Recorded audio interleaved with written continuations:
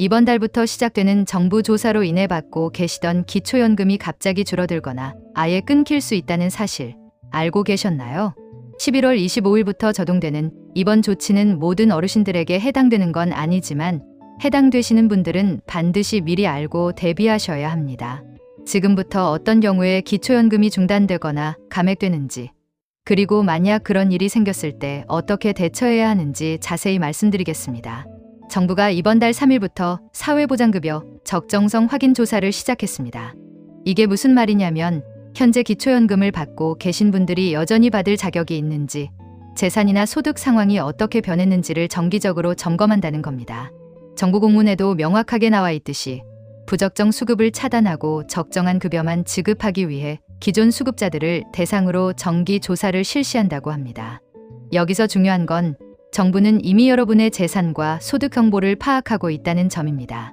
이 정보를 바탕으로 수급 자격을 지속적으로 관리하게 되는데 2025년 기초연금 수급 기준보다 소득이나 재산이 늘어난 것으로 확인된 분들은 조사 결과에 따라 다음 지급일부터 기초연금이 감액되거나 중단될 수 있습니다.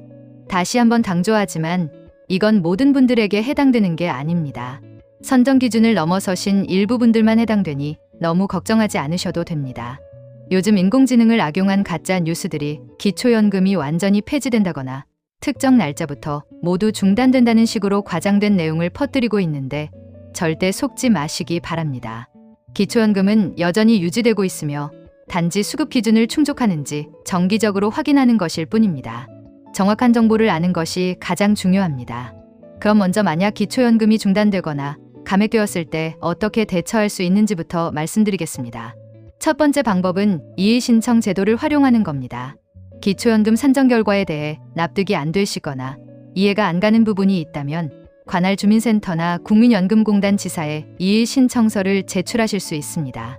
여러분의 소득이나 재산, 부채 등이 잘못 계산되었다고 생각되신다면 반드시 이의신청을 해보시기 바랍니다. 두 번째는 소득과 재산 정정 신고입니다.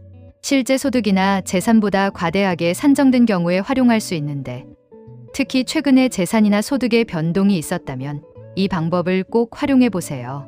정부가 매번 여러분의 재산 상황을 실시간으로 파악할 수는 없기 때문에 재산이나 소득이 감소한 경우 정정 신고를 통해 기초연금 탈락이나 감액을 바로잡을 수 있습니다. 세 번째는 직역연금 수급자가 배우자인 경우 예외 신청을 해볼 수 있습니다. 물론 대부분의 경우 인정받기는 어렵지만 예외가 인정되는 경우도 있으니 국민연금 상담을 받아보시는 게 좋습니다. 네 번째는 수급 이력관리 신청입니다. 이건 정말 중요한데 많은 분들이 모르고 계십니다.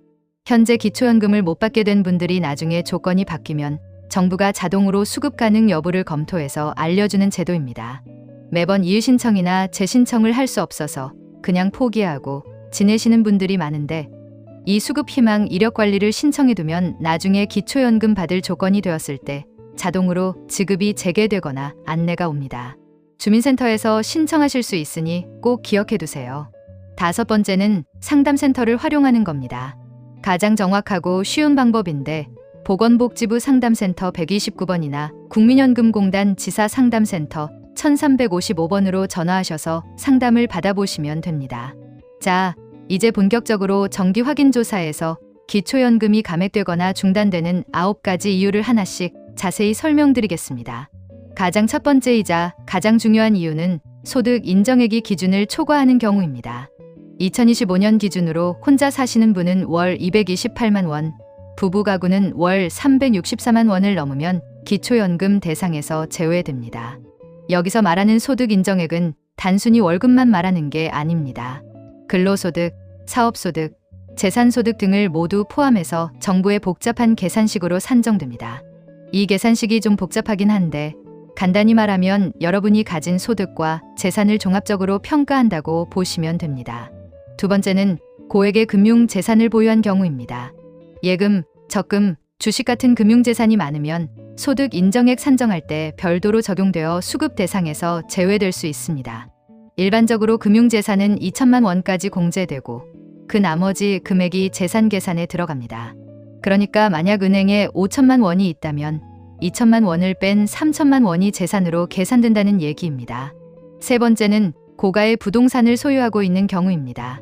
시가표준액 기준으로 비싼 집을 가지고 계신 분들은 재산 공제액을 훨씬 넘어서 기초연금에서 탈락할 수 있습니다.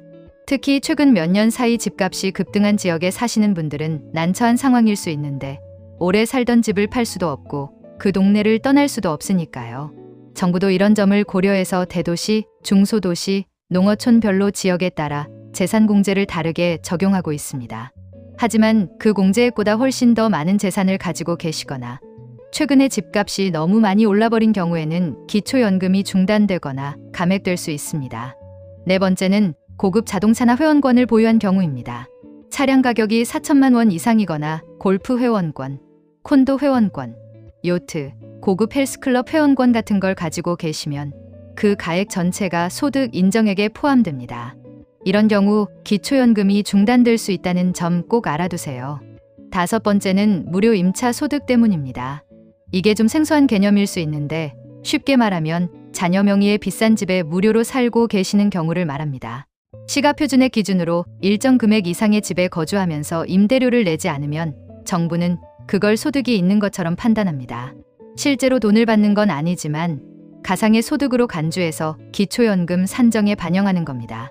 구체적으로 보면 자녀 집의 시가표준액이 6억 이상이면 월 36만 원에서 많게는 130만 원까지 소득으로 잡힐 수 있습니다.